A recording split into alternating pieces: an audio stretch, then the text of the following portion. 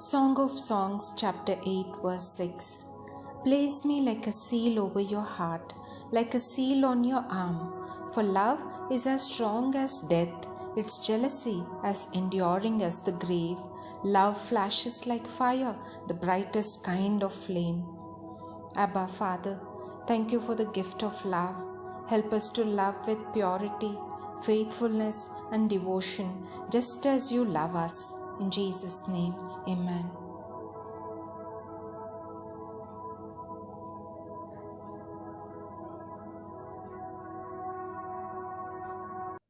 Today we will be meditating Solomon's Song of Songs, and with this book we will be completing the 5 poetic books of the Old Testament section. Now here we know that the author of Song of Songs is Solomon. He writes this to tell of the love between a bridegroom, who is King Solomon himself, and his bride, to affirm the sanctity of marriage and also to picture God's love for his people. So the original audience to which this was written were the people of Israel, and then he writes this in general to all of us as well.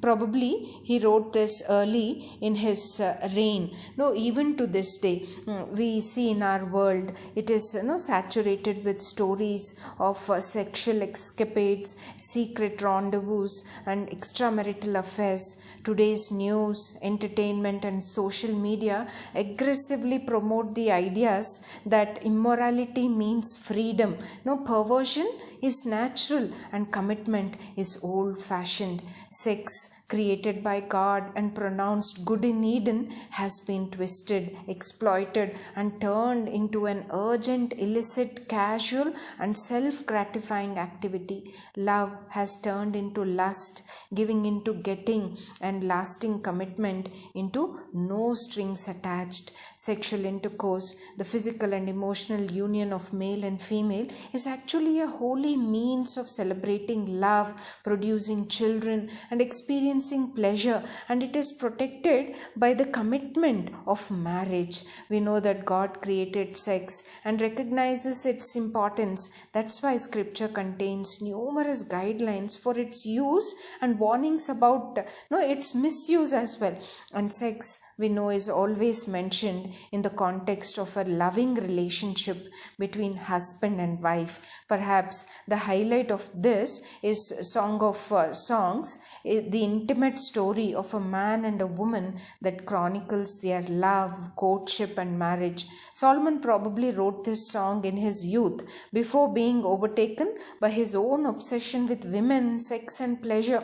A moving story, a drama, a poem, and this book, the Song of Songs, features the love dialogue between a young Israelite woman who is known as the woman of Shulam and her lover Solomon, the king. They describe in intimate detail their feelings for each other and their longings to be together. Throughout the dialogue, sex and marriage are put in their proper God-given perspective.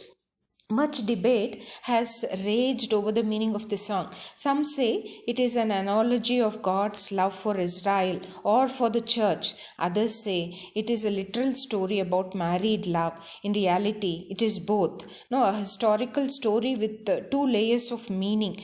On one level, we learn about love, marriage, and sex. On the other level, we see God's overwhelming love for his people. As we read a Song of Songs, let us remember that we are loved by God, and let us commit ourselves to seeing life, sex, and marriage from God's point of view. So this entire book, which has 8 chapters, is divided into 7 sections. First we see the wedding day, then the memories of courtship, then memories of engagement, a troubling dream, then praising the bride's beauty, then the bride's tender appeal. Finally we see the power of love. Song of Songs is a wedding song honoring marriage. The most explicit statements on sex in the Bible can be found in this book. It has often been criticized through the centuries because of its sensuous language. The purity and sacredness of love represented here, however, we know that they are greatly needed in our day, in which distorted attitudes about love and marriage are commonplace. God created sex and intimacy, and they are holy and good when enjoyed within marriage. A husband and wife honor God when they love and enjoy each other. We begin this book in the first chapter with the wedding day. The Song of Songs is a series of 7 poems, not necessarily in chronological order. The interpreters have proposed various ways of reading these poems and seeing narrative connections between them. One reading views these poems as part of an overarching narrative that reflects upon the first meeting of Solomon and a peasant woman, their engagement, their wedding night, and the growth of their marriage after the wedding. In this narrative, if it is correct, it is possible that this woman was one of Solomon's actual wives, or that she is a metaphorical representation of his wives generally. This reading of the narrative goes something like this. One day, as Solomon was visiting some royal vineyards in the north, his royal entourage came by surprise upon a beautiful peasant woman tending the vines. Embarrassed, she ran from them, but Solomon could not forget her. Later, disguised as a shepherd, he returned to the vineyards and won her love. Then he revealed his true identity and asked her to return to Jerusalem with him. As this book begins, we come upon Solomon and his beloved being married at the palace. This book features 4 characters or groups of characters: the young woman, Solomon, the young man, the young women of Jerusalem, and the young woman's brother. The young woman who caught Solomon's attention may have been from Shulam, which is a farming community about 60 miles north of Jerusalem. Her tanned skin indicates that she probably worked outside in the vineyards. Thus, she was likely not from the upper class. The young women of Jerusalem likely include either members of Solomon's harem or workers in his palace. Verse 1. This is Solomon's Song of Songs, more wonderful than any other. This vivid description of a love relationship begins with a picture of love itself. Love is sweeter than wine. It makes the lovers rejoice. God created us out of love and gave love to us as a great gift. We see this in the wedding day. Solomon, a son of King David, became king and was chosen by God to build the temple in Jerusalem. God gave him extraordinary wisdom. Much of Solomon's reign was characterized by wisdom and reverence for God. Although toward the end of his life, he became proud and turned away from God. So let us read about Solomon here in a new light. We know that Solomon wrote and collected more than 3,000 proverbs and over 1,000 songs. Some of these songs form this book, Song of Songs. Verse 2 onwards, we will see young woman. Kiss me and kiss me again, for your love is sweeter than wine. How pleasing is your fragrance. Your name is like the spreading fragrance of scented oils. No wonder all the young women love you. Take me with you. Come, let's run. The king has brought me into his bedroom. Then from 4th verse onwards, we see the young women of Jerusalem speaking. How happy we are for you, O king. We praise your love even more than wine.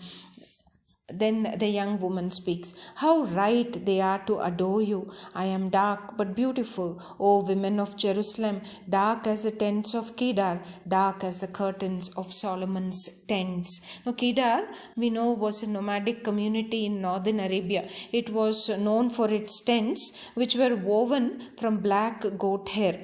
Verse 6. Don't stare at me because I am dark. The sun has darkened my skin. My brothers were angry with me. They forced me to care for their vineyards, so I couldn't care for myself, my own vineyard. Now, the vineyard mentioned here was apparently owned by Solomon, because he came to visit that vineyard and was leased to the woman's brother, who made her tend the vineyards in the hot sun. Thus, she could not protect her skin by staying in the shade, because she says here, I couldn't care for myself, my own vineyard. Now, when she was brought to Jerusalem, she was embarrassed about her tanned complexion, because the women in the city had the fair, delicate skin that was considered much more beautiful in that day. But Solomon loved her dark skin. No, let us consider how we look as a gift from God, and develop the kind of inner beauty that God delights in.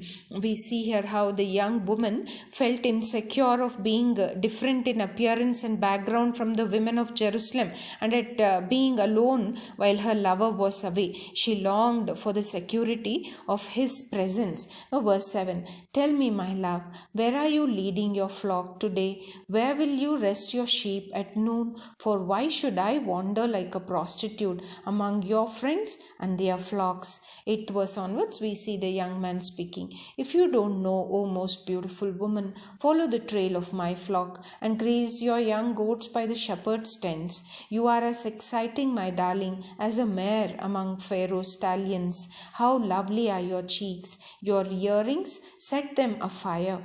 How lovely is your neck, enhanced by a string of jewels. We will make for you earrings of gold and beads of silver. Verse 12 onwards, it's a young woman speaking. The king is lying on his couch, enchanted by the fragrance of my perfume. My lover is like a sachet of myrrh lying between my breasts. He is like a bouquet of sweet henna blossoms from the vineyards of En Gedi. Here, En Gedi was an oasis which was hidden at the base of rugged limestone cliffs west of the Dead Sea. It was known for its springs of water, fruitful palm trees, and fragrant balsam oil. The terrain surrounding En Gedi is some of the most desolate in Palestine and has an extremely hot desert climate. When in bloom, henna shrubs are covered with bright yellow flowers, and at En Gedi, these would have appeared all the more beautiful because of their stark desert surroundings. Thus, the woman was complimenting Solomon's looks, saying that he stood out among all other men. Now, verse 15 onwards, the young man speaks. How beautiful you are, my darling. How beautiful. Your eyes are like doves. 16th verse onwards, the young woman is speaking. You are so handsome, my love, pleasing beyond words. The soft grass is our bed. Fragrant cedar branches are the beams of our house, and pleasant smelling firs are the rafters. Here, the young woman describes the woodland surroundings as a wedding bedroom. Now, chapter 2, the first verse, we see the young woman speaking. I am the spring crocus blooming on the Sharon plain, the lily of the valley. The spring crocus and the lily are flowers commonly found in Israel. Perhaps the young woman was saying, I am not so special, I am just an ordinary flower. To which Solomon replied, oh no, you are extraordinarily a lily among thistles. Now, Solomon used the language of love here. Nothing is more vital to a lasting relationship than encouraging and appreciating the person we love. So let's be sure to tell our spouse that we love every day and show that love by our actions. Now, verse 2, like a lily among thistles is my darling among young women. Like the finest apple tree in the orchard is my lover among other young men. I sit in his delightful shade and taste his delicious fruit. He escorts me to the banquet hall. It's obvious how much he loves me. Now, the relationship displayed between the young woman and the young man in these songs is an artful representation of how God intends for men and women to relate to each other in marriage. In marriage, God wants us to nurture the desire for each spouse to give wholeheartedly to the other. Husband and wife should watch out for each other, strengthen each other, and find delight in simple acts of love. Now, verse 5, strengthen me with raisin cakes, refresh me with apples, for I am weak with love. His left arm is under my head, and his right arm embraces me. Promise me, O women of Jerusalem, by the gazelles and wild deer, not to awaken love until the time is right. The young woman encourages her friends not to awaken love until the time is right, because she wants to warn them against leaping too quickly into an intense romantic relationship like the one she shares with a young man. The joy and excitement of new love can cause our emotions to quickly spin out of control and get ahead of the healthy development of a committed relationship. It's easy to let our feelings and desires run away with us, but God, as the ultimate author of His word, expresses this charge to be patient and deliberate. 3 times in this book we see this phrase again in 3rd chapter 5th verse and 8th chapter 4th verse. Unmarried men and women should not rush into marriage and sex before they have allowed a relationship to develop healthfully, and in the company and counsel of wise peers and mentors. Romantic love creates emotions that can overpower reason. Young people are too often in a hurry to develop an intimate relationship based on their strong feelings, but feelings aren't enough to support a long-lasting relationship. This verse encourages us not to let the feelings of love grow faster than the commitment needed to make love last. Patiently waiting for feelings of love and commitment to develop together is the right and the biblical way. From 2nd chapter 8th verse onwards, we are going to see the second poem here, which is about memories of courtship. Now, in this section, Solomon's bride reflects on her courtship with Solomon. The young man speaks candidly here about how he delights in her beauty and wants to be with her. The young man wants to spend time with her, not just for her physical beauty, which he eloquently celebrates, but also for her delightful companionship. Verse 8, Ah, I hear my lover coming. He is leaping over the mountains, bounding over the hills. My lover is like a swift gazelle or a young stag. Look, there he is behind the wall, looking through the window, peering into the room. My lover said to me, Rise up, my darling. Come away with me, my fair one. Look, the winter is past and the rains are over and gone. The flowers are springing up. The season of singing birds has come, and the cooing of turtle doves fills the air. The fig trees are forming young fruit, and the fragrant grapevines are blossoming. Rise up, my darling. Come away with me, my fair one. Now, the lovers celebrate their joy of being in love during springtime, when nature comes alive again. God created the world, the beauty we see, and the joy of love and sex, and He gave us senses to enjoy them. So, let us never let problems, conflicts, or ravages of time ruin our ability to enjoy God's gifts. Let us take time to enjoy the world God has created. Now, verse 14 onwards, the young man speaks. My dove is hiding behind the rocks, behind an outcrop on the cliff. Let me see your face. Let me hear your voice, for your voice is pleasant and your face is lovely. Then the 15th verse, the young women of Jerusalem. Catch all the foxes, those little foxes, before they ruin the vineyard of love, for the grapevines are blossoming. The little foxes are an example of the kinds of problems that can disturb or destroy a relationship. The young women of Jerusalem wanted anything that could potentially cause problems between lovers to be removed. Often the little foxes cause the biggest problems in marriage. These irritations must not be minimized or ignored, but rather identified so that together a couple can deal with them. Verse 16, the young woman speaks here. My lover is mine and I am his. He browses among the lilies before the dawn breezes blow and the night shadows flee. Return to me, my love, like a gazelle or a young stag on the rugged mountains. Chapter 3, the young woman is speaking here. This young woman desperately wanted to be with her lover. This poem shows that her desire for him was so intense that she was willing to risk her personal safety to go out into the city at night to search for him. We all have a deep longing to be needed and desired. If we have been married for a while, we still desire for our spouse. If so, let us make sure to tell him or her. Now, if our desires has waned away, let's ask God to give us a deep desire and longing for our spouse. Like the two lovers are drawn to one another, so Jesus is drawn to his people. Paul paints a beautiful picture of the deep love and desire Jesus has for his bride, the church, which is to be model for a kind of desire husbands and wives should have for each other. Now, Paul writes this in Ephesians chapter 5. Many think that in these verses the young woman is recalling a dream that caused her to become so concerned about her lover's whereabouts that she arose in the middle of the night to search for him.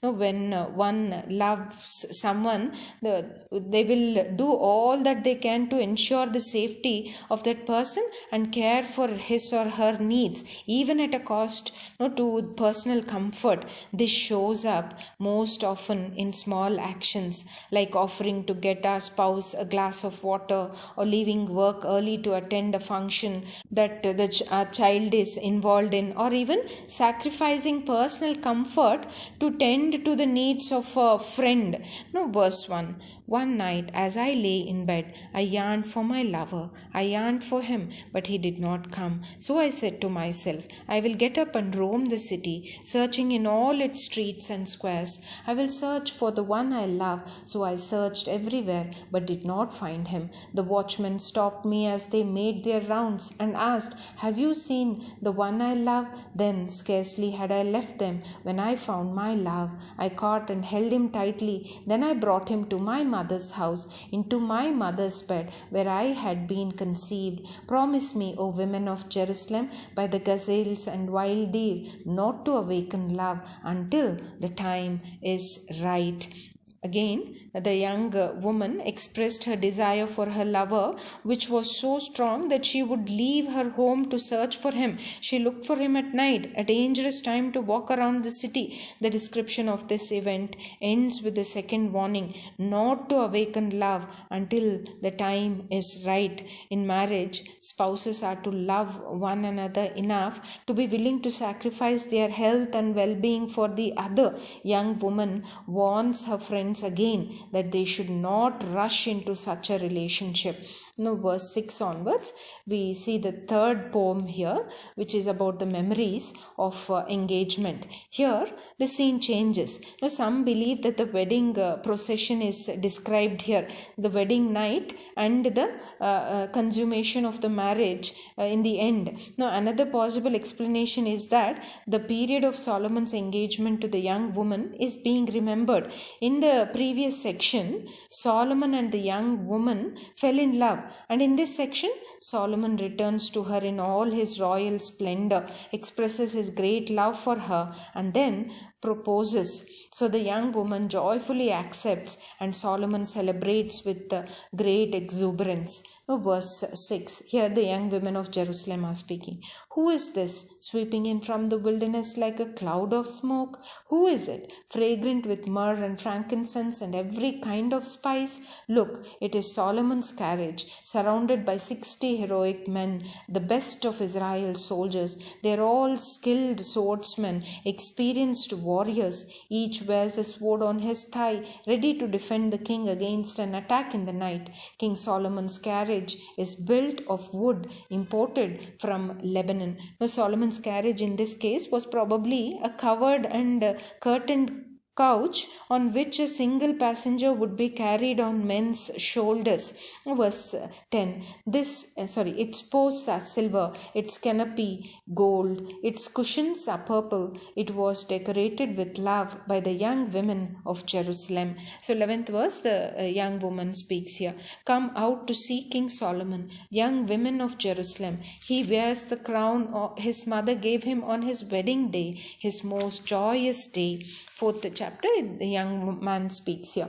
You are beautiful, my darling, beautiful beyond words. Your eyes are like doves behind your veil. Your hair falls in waves like a flock of goats winding down the slopes of Gilead. Your teeth are as white as sheep, recently shorn and freshly washed. Your smile is flawless, each tooth matched with its twin. Your lips are like scarlet ribbon. Your mouth is inviting. Your cheeks are like rosy pomegranates behind your veil. Your neck is as beautiful as the Tower of David, jeweled with the shields of 1,000 heroes. Your breasts are like two fawns, twin fawns of a gazelle, grazing among the lilies. Before the dawn breezes blow and the night shadows flee, I will hurry to the mountain of myrrh, unto the hill of frankincense. You are altogether beautiful, my darling, beautiful in every way. We feel like awkward onlookers when we read this intensely private and intimate exchange. In the ecstasy of their love, the lovers praise each other using beautiful imagery. Their words may seem strange to readers from a different culture, but their intense feelings of love and admiration are universal.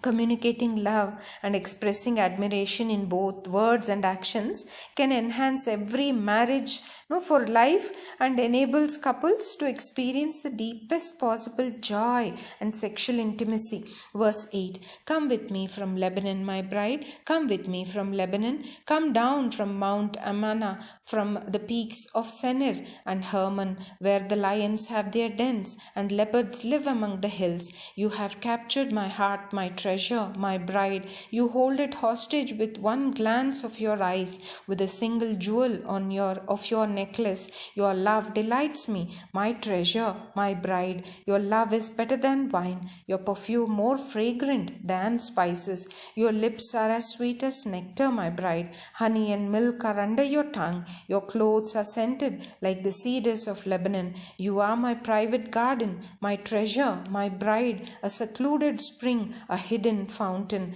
In comparing his bride to a private garden, Solomon was praising her virginity. Virginity, considered old-fashioned by many in today's culture, has always been God's plan for unmarried people, and with good reason, because sex without marriage is cheap, lacks sacred intimacy, and destroys trust. It cannot compare with the peace, security, and trust of giving oneself completely to the one who is totally committed, to the other in marriage. Verse 13. Your thighs shelter a paradise of pomegranates with rare spices, henna with nard and saffron, fragrant calamus and cinnamon, with all the trees of frankincense, myrrh and aloes, and every other lovely spice. You are a garden fountain, a well of fresh water streaming down from Lebanon's mountains. Now, Solomon's bride was as refreshing to him as a garden fountain or mountain stream. Now, sometimes the familiarity that comes with marriage causes us to forget the overwhelming feelings of love and refreshment we share at the beginning. Many marriages could use a course in refreshing. We partners in marriage should continually work at refreshing each other with things like an encouraging word, an unexpected gift, a change of pace, a surprise call or note, or even withholding discussions of certain problems until the proper time. One spouse needs to be a haven of refreshment because the rest of the world usually isn't. Verse 16. Here we can see the young woman speaking. Awake, north wind, rise up, south wind, blow on my garden and spread its fragrance all around. Come into your garden, my love, taste its finest fruits. We see the young man speaking here in the 5th chapter, 1st verse. I have entered my garden, my treasure, my bride. I gather myrrh with my spices and eat honeycomb with my honey. I drink wine with my milk. O lover and beloved, eat and drink. Yes, drink deeply of your love. From second verse onwards, we see the fourth poem here of a troubling dream. This new section tells how the couple's marriage grew and matured in spite of their problems. Some time had passed since the wedding, and the girl felt as though some indifference had developed in their relationship. She had become cool to her husband's advances, and by the time she changed her mind and decided to respond to him, he had become distracted by other things. Her self-centeredness and impatience, though brief, caused separation, but she quickly moved to correct the problem by searching for her husband. Verse 2, the young woman is speaking here.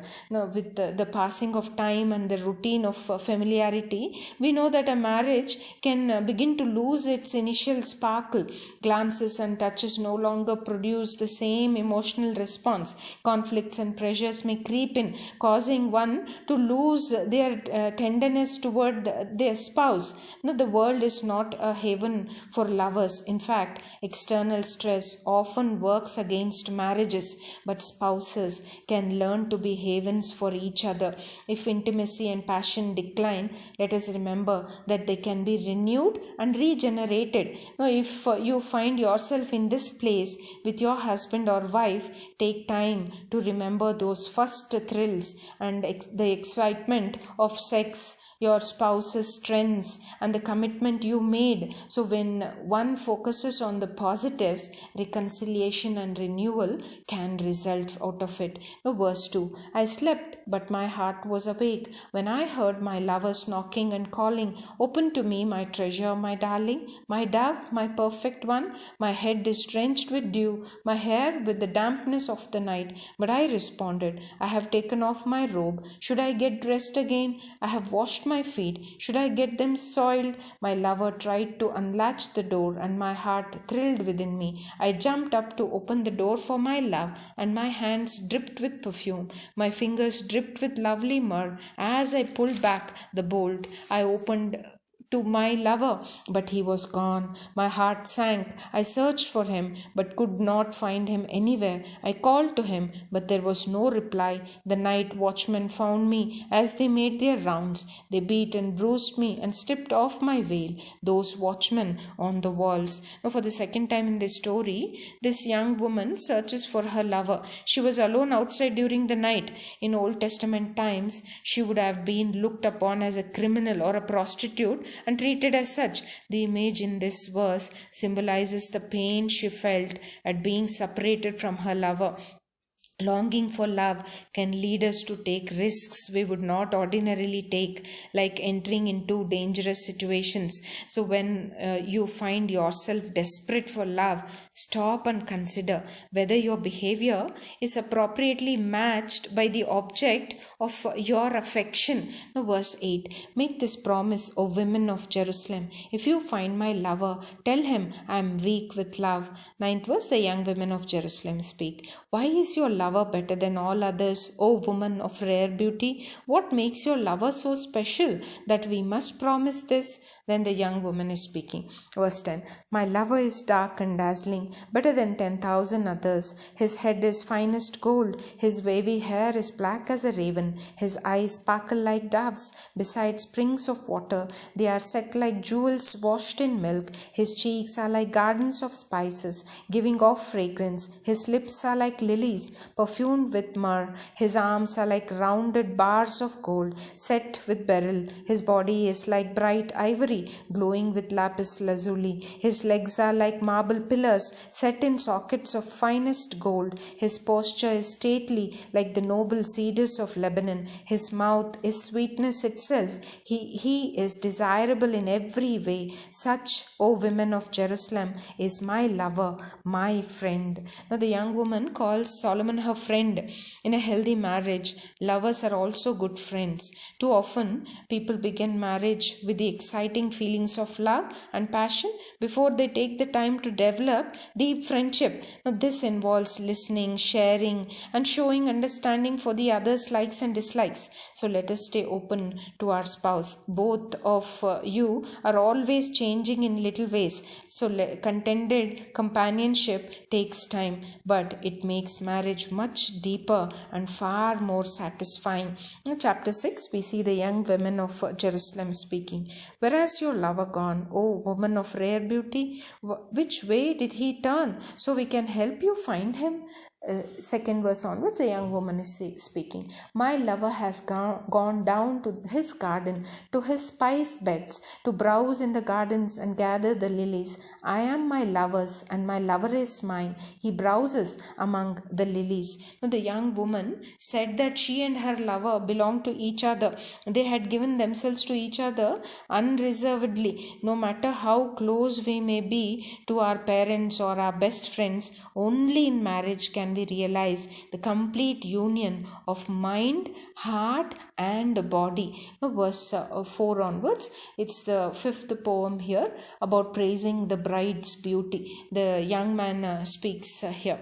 You are beautiful, my darling, like the lovely city of Tirzah. Yes, as beautiful as Jerusalem, as majestic as an army with billowing banners. Now, Tirzah was a city about 35 miles northwest of Jerusalem. Its name means pleasure or beauty. Jeroboam made Tirzah the first capital of the divided northern kingdom. The fact that the young woman was as majestic as an army with billowing banners, that means that she had awe-inspiring beauty like a mighty army preparing for battle.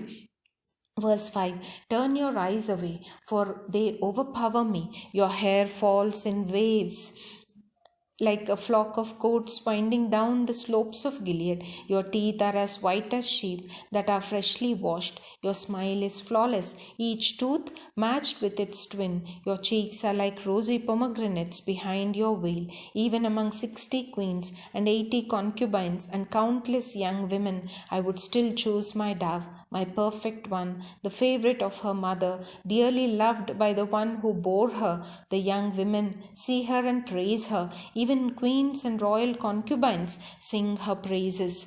Solomon did indeed have many queens, wives, and concubines.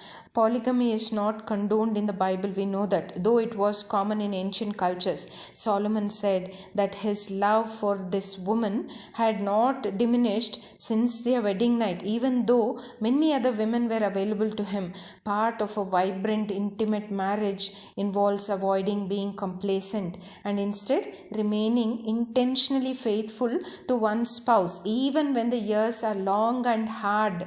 No, verse 10, who is this? Arising like the dawn, as far as the moon, as bright as the sun, as majestic as an army with billowing banners. 11th verse onwards, the young woman speaks. I went down to the grove of walnut trees and out to the valley to see the new spring growth, to see whether the grapevines had budded or the pomegranates were in bloom. Before I realized it, my strong desires had taken me to the chariot of a noble man. 13th verse onwards, the young women of Jerusalem speak. Return, return to us, O maid of Shulam. Come back, that we may see you again.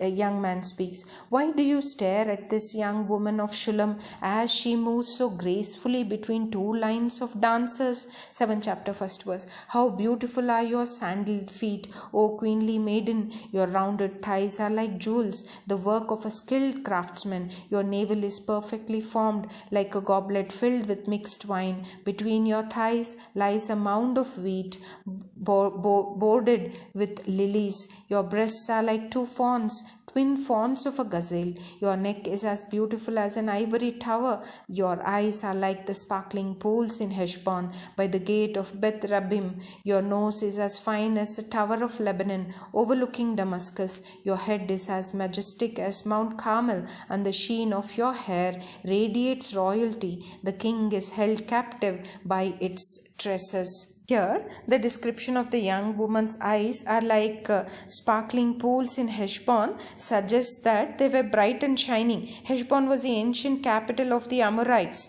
Beth Rabbim may have been a gate of Heshbon. Now, the Tower of Lebanon may have been a watchtower. If so, it was evidently a prominent one and seen as very beautiful. Alternatively, some suggest that this is a reference to the mountains of Lebanon. Mount Carmel overlooks the Mediterranean Sea and northern Palestine geographically. So, verse 5, "Oh, how beautiful you are, how pleasing, my love, how full of delights. You are slender like a palm tree, and your breasts are like clusters of fruit. I said, I will climb the palm tree and take hold of its fruit.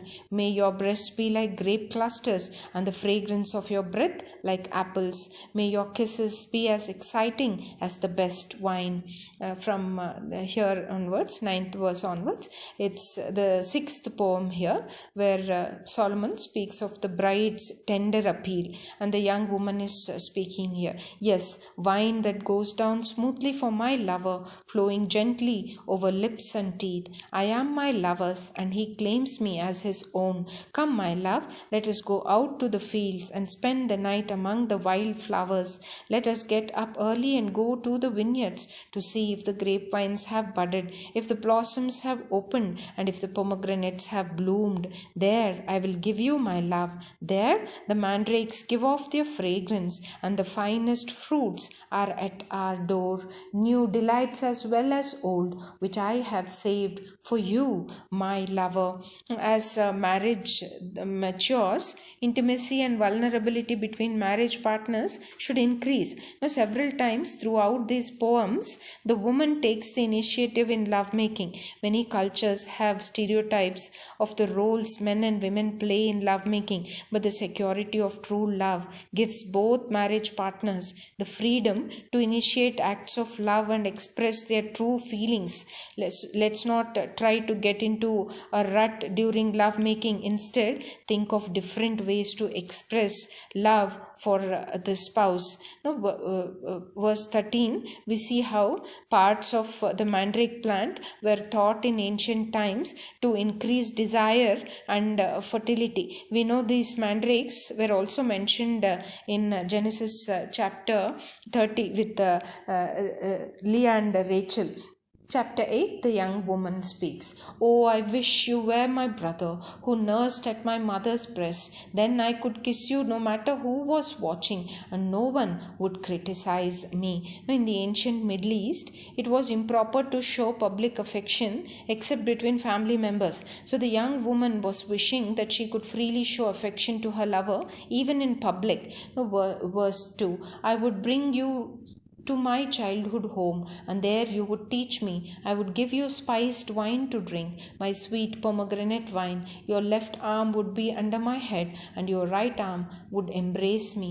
Promise me, O women of Jerusalem, not to awaken love until the time is right." Now, this is for the 3rd time. We are warned not to rush into marriage. Many unmarried people today want to experience all the delights and comforts of marriage, like living together and having sex before they are married. This refrain warns us not to let our desires leap ahead of our commitment and the relationship's maturity. It is still a timely warning for today. So let's remain pure and wait patiently to fully express love. Verse 5. Here it's the last poem beginning, the power of love. The young women of Jerusalem speak here. Verse 5, "Who is this sweeping in from the desert, leaning on her lover?" The young woman is speaking. "I aroused you under the apple tree where your mother gave you birth, where in great pain she delivered you. Place me like a seal over your heart, like a seal on your arm, for love is as strong as death, its jealousy as enduring as the grave. Love flashes flashes like fire, the brightest kind of flame. Many waters cannot quench love, nor can rivers drown it. If a man tried to buy love with all his wealth, his offer would be utterly scorned. In this final description of the couple's love, the young woman includes some of love's significant characteristics.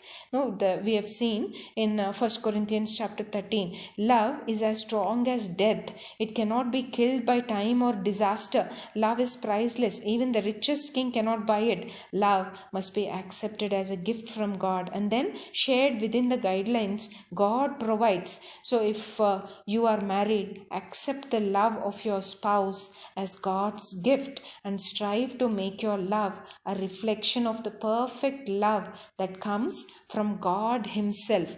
Verse 8 onwards, we see the young woman's brothers speaking here. The young woman's brothers are reflecting on the days when the young woman was younger and under their care. At the time, they wondered how to help her prepare for marriage. They decided that if she remained a virgin before marriage, standing firm like a wall against sexual temptation, they would praise her. But if she was like a door open to immorality, they would take steps to guard her from doing something foolish. The young woman testifies that she was persistent in her morality and thus found favor in Solomon's eyes. Now, verse 8, we have a little sister, too young to have breasts. What will we do for her, our sister? If someone asks to marry her, if she is a virgin like a wall, we will protect her with a silver tower. But if she is promiscuous like a swinging door, we will block her door with a cedar bar.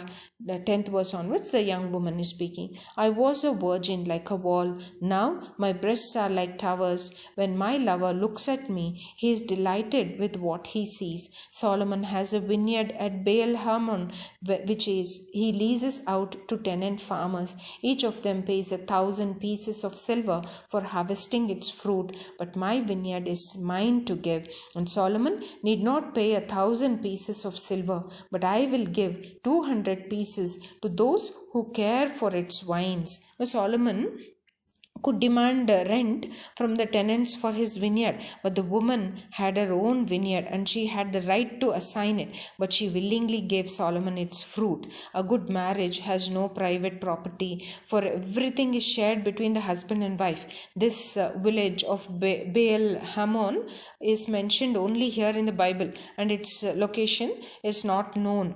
Verse 13, young man is speaking here.